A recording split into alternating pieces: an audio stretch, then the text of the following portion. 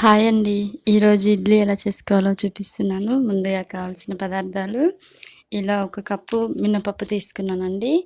అదే కప్పుతోటి 3 కప్పులు ఇడ్లీ రవ్వ తీసుకున్నాను. మనం ఏ కప్పుతో అయితే మినపప్పు తీసుకుంటామో అదే కప్పుతోటి ఇడ్లీ రవ్వ తీసుకోవాలి. చూడండి ఇలా తీసుకున్నాను. వాటర్ పోసి ఒక 2-3 అవర్స్ బాగా నానబెట్టుకోవాలండి. చూడండి ఈ విధంగా నానబెట్టేసుకున్నాను పప్పు నానిపోయింది కదండి. ఇడ్లీ రవ్వ ఇట్లా నానబెట్టుకుంటున్నాను. ఒక 1 అవర్, హాఫ్ అన్ అవర్ అయితే సరిపోతుందండి. ఇడ్లీ రవ్వ ఎక్కువ టైం ఏం అవసరం లేదు. చూడండి ఇప్పుడు పప్పు మొత్తం మిక్సీలో వేసుకొని రుబ్బేసుకుందాం. కొన్ని వాటర్ పోసుకొని ఈ విధంగా మెత్తగా రుబ్బేసుకుందామండి, పేస్ట్ లాగా. చూడండి ఇప్పుడు ఇడ్లీ రవ్వ కూడా నానిపోయింది కదండి.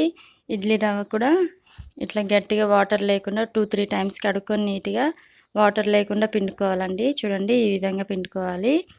ఇలా కూర గిన్నెలో వేసుకోవడం వల్ల పిండి బాగా ఉబ్బుతుందండి. చూడండి మొత్తం ఇట్లా వేసేసుకోవాలి. చాలా సాఫ్ట్గా మెత్తగా వస్తాయండి ఇడ్లీలు అయితే. చూడండి ఇప్పుడు మొత్తం పిండి అంతా ఇట్లా వేసుకొని బాగా కలిపేసుకోవాలి. సాల్ట్ ఇప్పుడైనా వేసుకోవచ్చు, లేకపోతే మార్నింగ్ అయినా వేసుకోవచ్చు అండి. చూడండి ఈ విధంగా మొత్తం కలిపేసుకోవాలి. ఒకసారి ఇలా కలిపేసుకోవాలండి. మొత్తం నీట్గా కలిపేసుకొని మూత పెట్టేసుకుందాం. చూడండి మొత్తం కలిపేసుకున్నాం కదా. ఇడ్లీలు అయితే చాలా మెత్తగా స్మూత్గా బాగుంటాయండి. మీరు కూడా తప్పకుండా ట్రై చేయండి. చూడండి ఇప్పుడు మూత పెట్టేసుకుందాం. మార్నింగ్ తీద్దామండి. చూడండి ఇప్పుడు మార్నింగ్ ఇలా అయిపోతుంది పిండి మొత్తం. దీంట్లో టేస్ట్కి సరిపడినంత సాల్ట్ వేసుకోవాలి. అలాగే కొన్ని వాటర్ పోసుకోవచ్చండి, లేకపోతే మామూలుగా ఉంటే పిండి సరిపోతుంది. చూడండి ఈ విధంగా ఒకసారి కలిపేసుకోవాలి.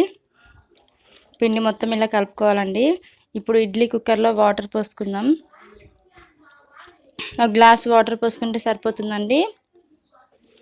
అలాగే ఇడ్లీ ప్లేట్స్కి ఆయిల్ పూసుకుందామండి. ఆయిల్ పూయడం వల్ల ఇడ్లీలు మొత్తం అతుక్కోకుండా నీట్గా వచ్చేస్తాయండి. చూడండి ఈ విధంగా పూసేసుకుంటున్నాను ఆయిల్. టేస్ట్ అయితే చాలా చాలా బాగుంటుందండి. మీరు కూడా తప్పకుండా ట్రై చేయండి. చూడండి మొత్తం ఇట్లా పూసేసుకుంటున్నాను.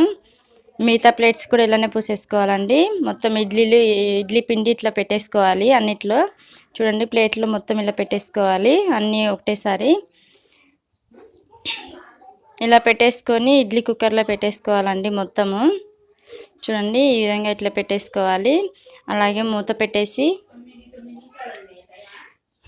స్టవ్ ఆన్ చేసి స్టవ్ మీద పెట్టేసుకుందామండి. ఒక 10 నిమిషాలు అయితే ఉడికిపోతుందండి. ఎంతో టైం కూడా పట్టదు. చూడండి ఇప్పుడు స్టవ్ ఆన్ చేసి పెట్టేశాను. ఒక 10 నిమిషాలు ఉంటే సరిపోతుంది. అలాగే మరో స్టవ్ ఆన్ చేసి ఇప్పుడు చట్నీ చేసుకుందామండి. చాలా ఈజీ ప్రాసెస్తో చూపిస్తున్నాను చట్నీ కూడా. చూడండి ఇప్పుడు స్టవ్ ఆన్ చేసి ప్యాన్ పెట్టుకున్నాను. పల్లీలు వేసుకొని ఫ్రై చేసుకుంటున్నానండి. ఎక్కువ టైం ఏం పట్టదు, చట్నీ తొందరగానే అయిపోతుంది.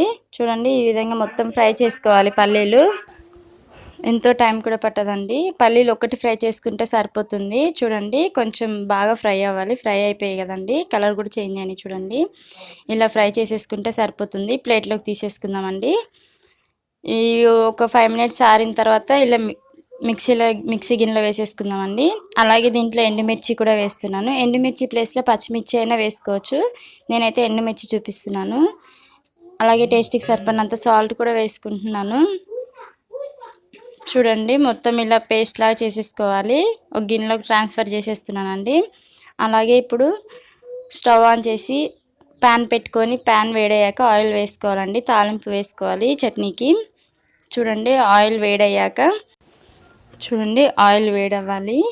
మొత్తం ఇలా అనుకుందాం ఒకసారి. ఇప్పుడు పోపు గింజలు వేసుకుందామండి. ఫస్ట్ ఎంతో టైం కూడా పట్టదండి. ఒక 2-3 మినిట్స్లోనే అయిపోతుంది చట్నీ అనేది. చూడండి ఎండుమిర్చి కూడా ఇట్లా కట్ చేసి వేసుకుందాం. అలాగే 2 వెల్లుల్లి దంచి వేసుకుందామండి. చూడండి ఫ్రై చేసుకోవాలి ఒకసారి.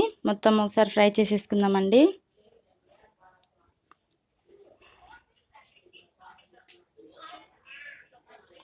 ఫ్రై అయిపోయింది కదండి. ఇప్పుడు కరివేపాకు కూడా వేసేసుకుందాం దీంట్లోనే. ఈ ఫ్రై అయిపోయింది కదండి కరివేపాకు కూడా. మొత్తం ఇప్పుడు చట్నీ గిన్నెలో వేసేసుకుంటున్నాను. చూడండి ఎంతో టైం కూడా పట్టదండి, చాలా ఈజీ ప్రాసెసే. చట్నీ రెడీ అయిపోయింది కదండి, పల్లీ చట్నీ. ఇలా ఇడ్లీలో తింటే చాలా చాలా బాగుంటుందండి, మీరు కూడా తప్పకుండా ట్రై చేయండి. ఇప్పుడు ఇడ్లీ ఉడికిందాం చూద్దాం. చూడండి ఇడ్లీ కూడా ఉడికిపోయింది. ఇప్పుడు ప్లేట్స్ తీసి వెమ్మటే తీయకూడదండి, ఒక 2 మినిట్స్ ఆరిన తర్వాత ఇలా తీసుకోవాలి ఒక్కొక్కటి. చూడండి అతుక్కోకుండా ఎలా నీట్గా వచ్చేస్తున్నాయో, ఇలా నీట్గా వచ్చేస్తాయండి ఆయిల్ పూయడం వల్ల అతుక్కోకుండా. చాలా సాఫ్ట్గా మెత్తగా కూడా ఉంటాయండి, మీరు కూడా తప్పకుండా ట్రై చేయండి. సేమ్ క్వాంటిటీ కొలతలతోటి వేసుకుంటే చాలా బాగుంటాయండి. చూడండి ఈ విధంగా. ఇప్పుడు చట్నీ కూడా రెడీ అయిపోయింది కదండి, ఇలా చట్నీలో తింటే చాలా చాలా బాగుంటుంది, మీరు కూడా తప్పకుండా ట్రై చేయండి. వీడియో నచ్చితే లైక్ చేయండి, షేర్ చేయండి, మా ఛానల్ని సబ్స్క్రైబ్ చేసుకోండి. Thank you for watching.